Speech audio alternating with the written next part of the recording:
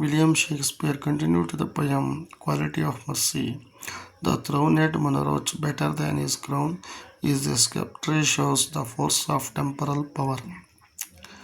The attribute away and majesty wherein doth sit the dread and fear of kings. But mercy is above this sceptred say.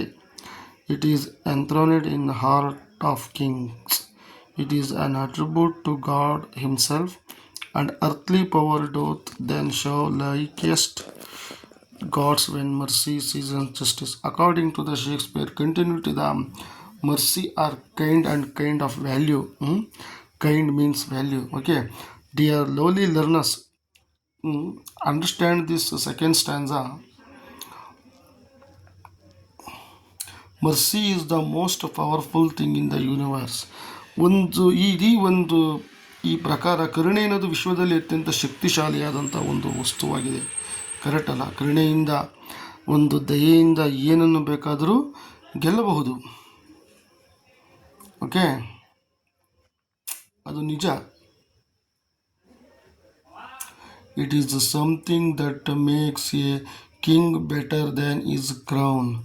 ಅದು ಯಾವ ರೀತಿ ಅಂದರೆ ರಾಜನನ್ನು ಅವನ ಕಿರೀಟಕ್ಕಿಂತ ಅವನ ರಾಜ್ಯತ್ವಗಿಂತ ಉತ್ತಮಗೊಳಿಸ್ತದೆ. ಕರುಣೆ ಅನ್ನೋದು ಅಷ್ಟು ಶಕ್ತಿಶಾಲಿ ಮತ್ತು ಪ್ರಭಾವಶಾಲಿ. ಕರುಣೆ ಇದ್ದರೇ ಒಂದು ಈಗಿನ ಒಂದು social living, all of living creatures on earth, variety living creatures is there. ಅದರಲ್ಲಿ ಕರುಣೆ ಅನ್ನೋದು, ದಯೆ ಅನ್ನೋದು ಎಲ್ಲ ಒಂದು ಕ್ರಿಯೇಚರ್ಸಲ್ಲೂ ಒಂದು ಜೀವಿಗಳಲ್ಲೂ ಇರಲೇಬೇಕು. ದಯೆಯಿಂದ ಎಲ್ಲವೂ ಸಾಧ್ಯ ಅನ್ನೋದನ್ನು ಶೇಕ್ಸ್ಪಿಯರ್ ಅವರು ತುಂಬ ಒಂದು ದಯೆಯ ಬಗ್ಗೆ ವಿಮರ್ಶಾತ್ಮಕವಾಗಿ ಅದನ್ನು ತಿಳಿಸಿದ್ದಾರೆ.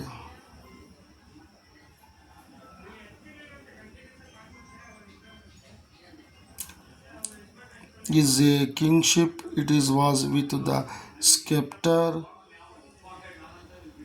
to show the power of his subject with the people of honor and his fear of him.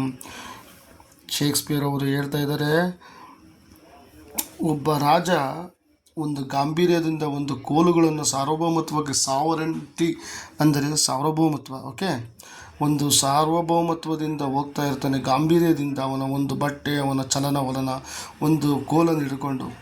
ಆದರೆ ತನ್ನ ಪ್ರಜೆಗಳ ಮೇಲೆ ಶಕ್ತಿಯನ್ನು ತೋರಿಸಲು ಅವನು ಹೋಗ್ತಾ ಇರ್ತಾನೆ. ಅವನ ಒಂದು ಗಾಂಭೀರ್ಯತೆಯೂ ಹಾಗೇ ಇರುತ್ತೆ. ರಾಜ ಅನ್ನೋ ಒಂದು ಗಾಂಭೀರ್ಯತೆಯೂ ಹಾಗೇ ಇರುತ್ತೆ. ಅದಲ್ಲ, ಆದರೆ ಅವನನ್ನು ನೋಡ್ತಾ ಇದ್ದರೆ ಜನಗಳು ಸಹ ಭಯ ಪಡ್ತಾರೆ. ಆ ರೀತಿ ಒಂದು ರಾಜಗಾಂಭೀರ್ಯವಾಗಿ, ತುಂಬ ಕ್ರೂರ ರೀತಿಯಾಗಿ, ತುಂಬ ಇದರಲ್ಲಿ ಇರಬಾರ್ದು. ಎಲ್ಲರನ್ನೂ ಸಹ, ಪ್ರತಿಯೊಂದು ಜನರನ್ನೂ ಸಹ ಪ್ರಜೆಗಳನ್ನು ಪ್ರೀತಿಯಿಂದ, ವಿಶ್ವಾಸದಿಂದ ಅವ್ರನ್ನ ಪರಿಗಣಿಸಬೇಕು.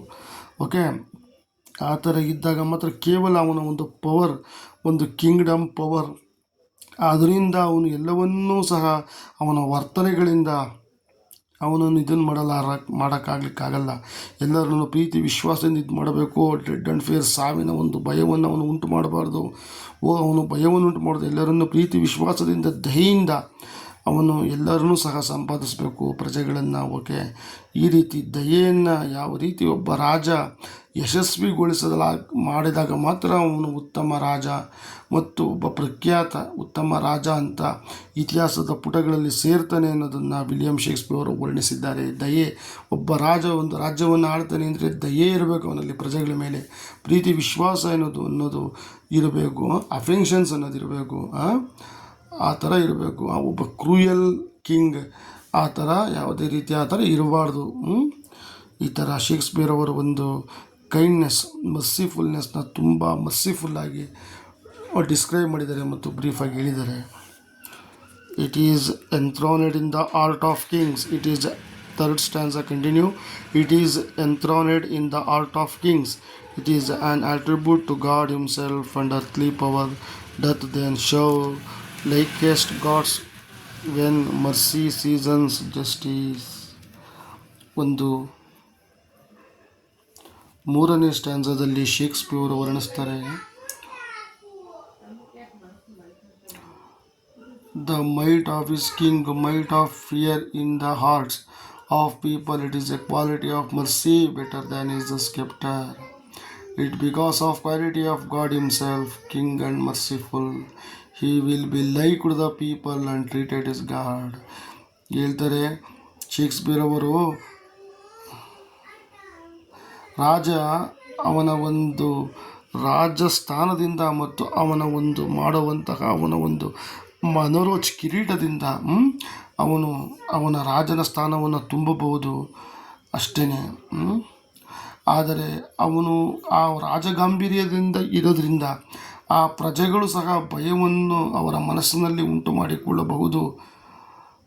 ಆದರೆ ಅವನು ತೋರಿಸಿ ಏನಾದರೂ ಕರುಣೆಯನ್ನು ತೋರಿಸಿದ್ರೆ ಅವನ ಗಾಂಭೀರ್ಯತೆ, ಅವನ ಮೊನರೋಚ್ ಥ್ರೋನ್, ಸಿಂಹಾಸನ, ಪಟ್ಟ, ಕಿರೀಟ ಎಲ್ಲವುದಕ್ಕಿಂತ ಕರುಣೆ ಎನ್ನುವುದು ದೊಡ್ಡದು.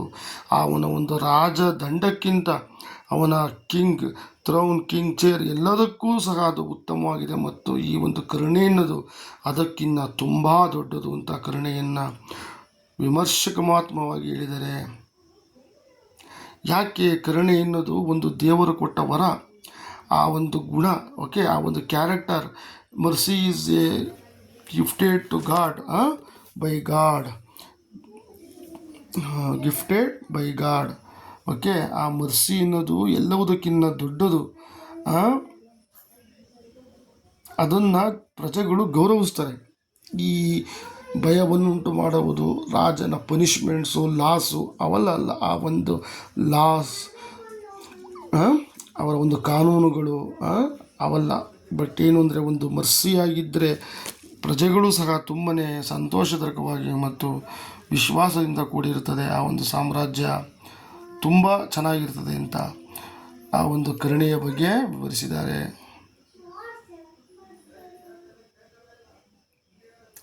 ಆ ಥರ ರಾಜ ನಡ್ಕೊಂಡಾಗ ಮಾತ್ರ ಅವರನ್ನು ಕೇವಲ ರಾಜ ಅಂತ ಆ ಒಂದು ರಾಜ್ಯದ ಪ್ರಜೆಗಳು ಪರಿಗಣಿಸಲ್ಲ, ದೇವರಂತ ಪರಿಗಣಿಸ್ತಾರೆ. Okay, and our people of doth show likest God's of an mercy seasons justice. ಯಾವಾಗ ಒಂದು ದಯೆಗೆ ಆ ಒಂದು ಕಾಲಕ್ಕೆ ಅವರು ನ್ಯಾಯವನ್ನು ಒದಗಿಸ್ತಾರೆ, ಆವಾಗ ಅವರನ್ನು ಬರೀ ರಾಜ ಅನ್ನಲ್ಲ, ಅವ್ರನ್ನ ದೇವರಂತ ಅನ್ಕೋತಾರೆ. ಏನಂತ? ದೇವರಂತ. ಇವರು ರಾಜರನ್ನು ದೇವರ ಸ್ವರೂಪವಾಗಿ ನೋಡ್ತಾರೆ. ಎಲ್ಲರನ್ನು ದಯೆ, ಪ್ರೀತಿ, ಕರುಣೆ, ವಿಶ್ವಾಸದಿಂದ ಯಾವ ಒಬ್ಬ ರಾಜ ನೋಡ್ತಾನೆ ಅವರನ್ನು ದೇವರಂತೆ ನೋಡ್ತಾರೆ, ಪ್ರಜೆಗಳು ಪೂಜಿಸ್ತಾರೆ, ಆರಾಧಿಸ್ತಾರೆ. ಇದು ವಿಲಿಯಂ ಶೇಕ್ಸ್ಪಿಯರ್ ಅವರ ಒಂದು ಪದ್ಯದ ಒಂದು ನನಗೆ ತಿಳಿದಿರುವ ಒಂದು ಸಾರಾಂಶ. Okay, please